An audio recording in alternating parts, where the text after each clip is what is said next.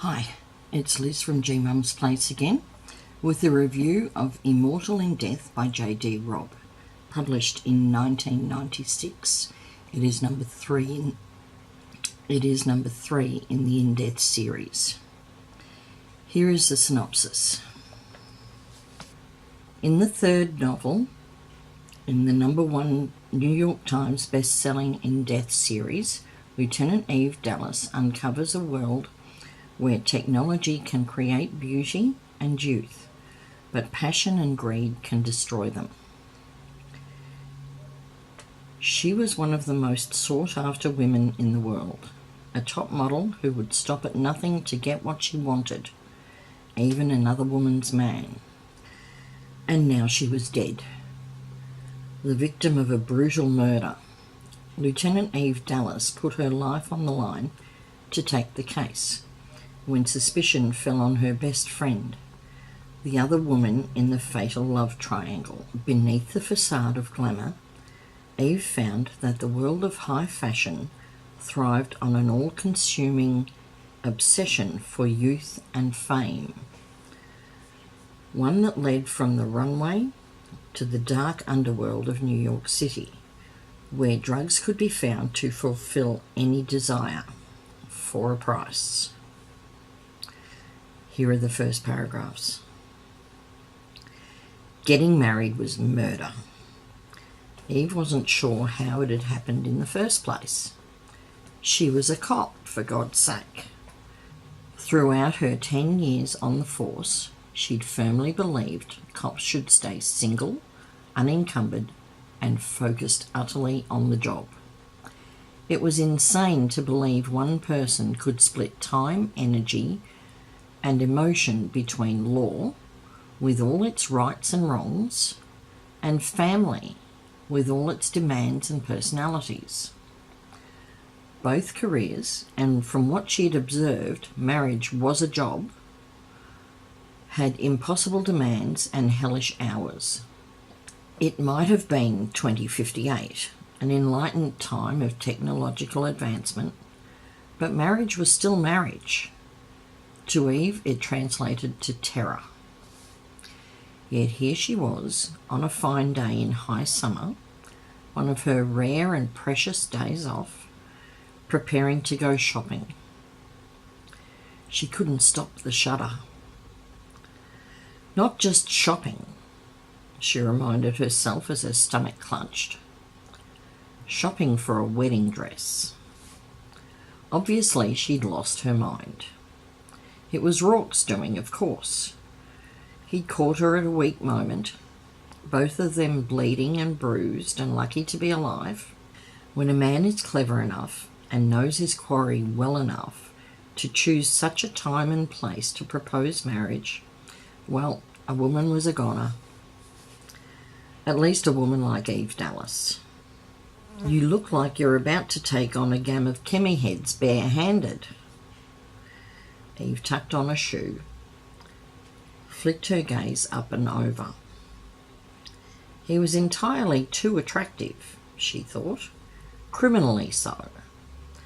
The strong face, poet's mouth, killer blue eyes, the wizard's mane of black hair. If you managed to get past the face to the body, it was equally impressive. Then you added that faint wisp of Ireland in the voice, and, well, you had one hell of a package. What I'm about to take on is worse than any chemi-head. Hearing the whine in her own voice, Eve scowled. She never whined, but the truth was she'd have preferred fighting hand-to-hand with a souped-up addict than discussing hemlines. Hemlines, for sweet Christ's sake! She bit back an oath, watching him narrowly as he crossed the spacious bedroom. He had a way of making her feel foolish at odd times, like now, as he sat beside her on the high, wide bed they shared. He caught her chin in his hand. I'm hopelessly in love with you. There he was, This man with the sinfully blue eyes, the strong, gorgeous, somehow Raphael-like looks of a doomed angel, loved her. Rourke. She struggled to hold back a sigh. She could and had faced an armed laser in the hands of a mad mutant mercenary with less fear than she faced such unswerving emotion. "I'm going through with it. I said I would." His brow quirked, dark and wry. He wondered how she remained so unaware of her own appeal as she sat there, fretting, her poorly cut fawn-coloured hair standing up in tufts and spikes, aroused by her restless hands, thin lines of annoyance and doubt running between her big whiskey-coloured eyes. "Darling Eve." He kissed her lightly, once on the frowning lips, then again in the gentle dip of her chin. I never doubted it, though he had constantly. "I've several things to see to today. You were late last night. I never had a chance to ask if you had plans." The stakeout on the Bynes case went to after 0300. "Did you get him?" Walked right into my arms. Bliss on Dreamers and a marathon VR session. She smiled, but it was like a hunter's smile. Dark and feral. Murdering little bastard came along like my own personal droid. "Well then," he patted her shoulder before rising. He stepped down from the platform into the dressing area where he pondered a selection of jackets. "And today? Reports to file? I'm off today." "Oh?" Distracted, he turned back, a gorgeous silk jacket in deep charcoal in his hand. "I can reschedule some of my afternoon if you like." Which would be, Eve mused, a bit like a general rescheduling battles. In Rourke's world, business was a complicated and profitable war. "I'm already booked." The scowl snuck back on her before she could stop it. "Shopping," she muttered. "Wedding dress." Now he smiled quickly and easily. From her, such plans were a declaration of love. "No wonder you're so cranky. I told you I'd see to it." "I'll pick out my own wedding dress, and I'll buy it myself. I'm not marrying you for your damned money." Smooth and elegant as the jacket he slipped on, he continued to smile. "Why are you marrying me, Lieutenant?"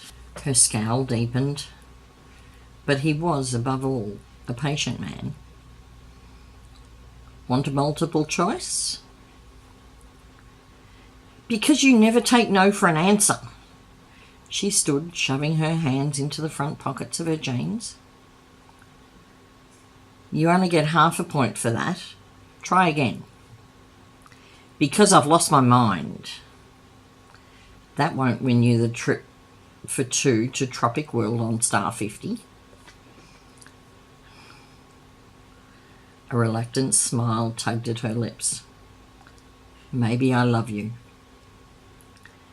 "Maybe you do." Content with that, he crossed back to her and laid his hands on her strong shoulders. "How bad can it be? You can pop a few shopping programs into the computer, look at dozens of suitable dresses, order in what appeals to you." "That was my idea." She rolled her eyes. "Mavis ditched it." "Mavis?" He paled a bit.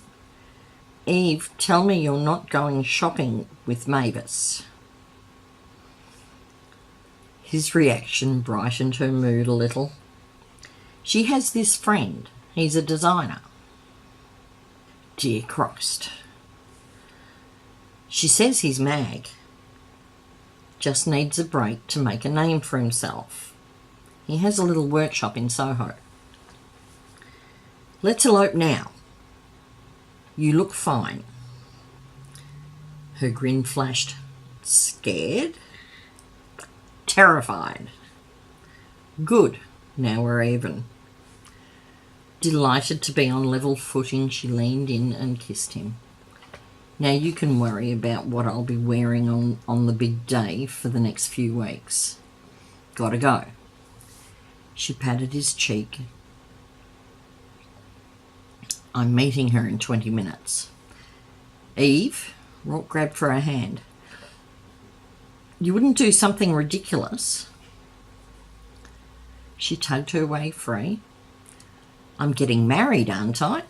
What could be more ridiculous? And so the story goes on. The first murder in this book takes place after Eve has met Leonardo, Mavis's designer boyfriend. Pandora, a supermodel, was found dead in Leonardo's apartment, and Mavis is the prime suspect. Then a snitch of Eve's is found dead. Eve finds out the murders are linked by illegals or drugs. Apparently, originally, J.D. Robb had intended this series to only be a trilogy. But she was having fun with the characters and more stories presented themselves to her that she continued the series. And I, for one, am very glad that she did. There is some bad language in this book and some sex scenes, nothing too explicit there. As you know, if you've been watching my videos, I love J.D. Robb and the actual author, Nora Roberts. I still haven't found one that I haven't loved. I've put a link below for the book if you're interested in getting hold of it yourself. As always, hit the subscribe button, hit the notification bell and smash the like button. Leave me a comment below, and thank you very much for watching my video.